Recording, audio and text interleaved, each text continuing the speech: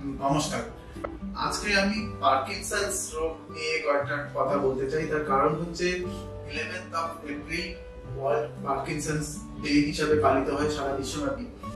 আজকাল আমরা পার্কিনসন্স রোগ সম্বন্ধে অনেকটাই জানি যে এই রোগে ব্যালেন্সে অসুবিধা হয়, হাতে পায়ে কাঁপুনি হয়, রোগী পড়ে যাওয়ার সম্ভাবনা থাকে। তো অ্যাকচুয়ালি পার্কিনসন্স রোগটি কি? পার্কিনসন্স হচ্ছে ব্রেনের একটি ক্রনিক ব্যাধি, যেখানে ব্রেনে ডোপামিন নামক একটি নিউরোট্রান্সমিটার থাকে।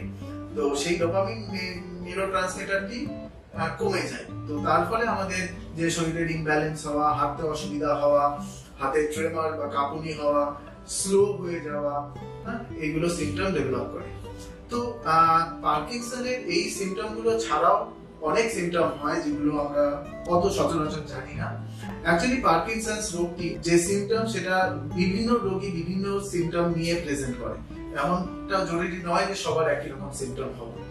কারো ক্ষেত্রে মোটরস মানে মুভমেন্ট রিলেটেড সিমটম প্রিডমিনেন্ট থাকে, কারো ক্ষেত্রে মুভমেন্ট রিলেটেড সিমটম নয়, মানে নন মোটর সিমটম সেগুলো প্রিডমিনেন্ট থাকতে পারে। এবং কিছু কিছু ক্ষেত্রে যেগুলো মুভমেন্ট রিলেটেড সিমটম নয়, সেগুলো অনেক আগে থেকে ডেভেলপ করতে পারে। যেমন গন্ধ পেতে অসুবিধা হওয়া, কনস্টিপেশন, রাত্রে ঘুমের মধ্যে কথা বলা বা হাত পা ছোড়া, ঘুমের মধ্যে চিৎকার করা, অভিনয় করা ঘুমের মধ্যে, অ্যাজ ইফ রোগীটি অ্যাক্টিং করছে ঘুমের মধ্যে। তো এই সিমটম গুলো অনেক আগে থেকেই আসতে পারে। তো এবার পার্কিনসন্স রোগ আমরা কি করে ডায়াগনোসিস করি? পার্কিনসন্স রোগ কিন্তু কোনো ব্রেন ইমেজিং যেমন এমআরআই ইত্যাদি, সিটি স্ক্যান, এইসব দিয়ে ডায়াগনোসিস করা যায় না। তো পার্কিনসন্স আমরা প্রথমে সাসপেক্ট করি ক্লিনিক্যাল সিমটম দেখে। মানুষটি যখন দেখাতে আসেন, রোগীর চলার ভঙ্গি, তার হাত পায়ের ভঙ্গি ইত্যাদি দেখে আমরা প্রথমেই সাসপেক্ট করি যে না, এনার পার্কিনসন্স রোগ থাকতে পারে।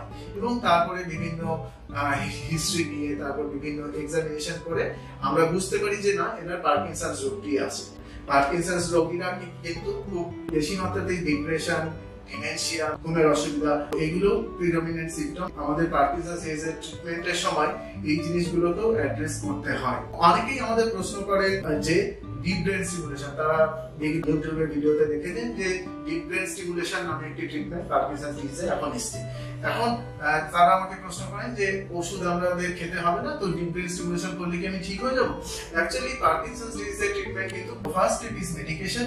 ডিপ ব্রেন স্টিমুলেশন করা হয় অনেক লেট স্টেজ অফ পার্কিনসন্স ডিজিজে, যখন ওষুধের সাইড এফেক্ট প্রচুর বেশি হচ্ছে। তো ডিপ ব্রেন স্টিমুলেশন কিন্তু কখনোই প্রথম স্টেপ নয় পার্কিনসন্স ডিজিজের ট্রিটমেন্টে।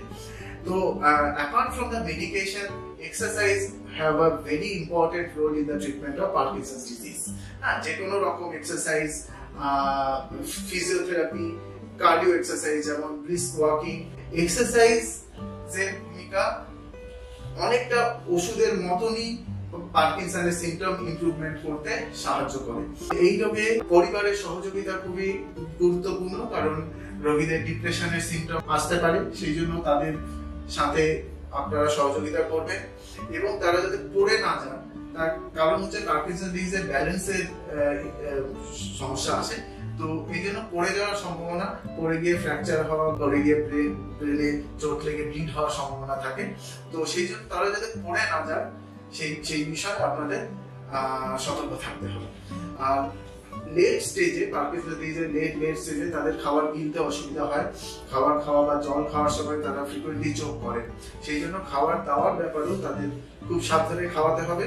শুয়ে শুয়ে কখনোই খাওয়াবেন না, বসিয়ে নিয়ে খাওয়াবেন। এবং জল খাওয়ানোর সময় আরো বেশি সতর্ক থাকতে হবে। সিপ বাই সিপ স্পুন দিয়ে খাওয়াতে হবে, অথবা সিপার দিয়ে বা স্ট্র দিয়ে জল খাওয়ানোটা সেফার। এবং একটা জিনিস মনে রাখবেন যে পার্কিনসন্স ডিজিজের কিন্তু এখনো অবধি কোনো পার্মানেন্ট ট্রিটমেন্ট নেই। যেগুলো ওষুধ দেওয়া হয়, সেই ওষুধ আপনাদের রেগুলারলি খাওয়াতে হবে, যেভাবে ডাক্তারবাবুরা আপনাদের অ্যাডভাইস করছেন। ওষুধ খাওয়ানো বন্ধ করলে কিন্তু আবার সিমটম আগের মতনই ফিরে আসবে। তো তাই ওষুধ রেগুলারলি নিয়ম মেনে চালিয়ে যাওয়াটা খুব ইম্পর্টেন্ট। আপনারা যদি সবাই মিলে সহযোগিতা করেন ডাক্তারদের সহায়তায়, আমরা কিন্তু পার্কিনসন্স রোগীদের অনেক সুন্দর জীবন উপহার দিতে পারি সবাই মিলে। Thank you.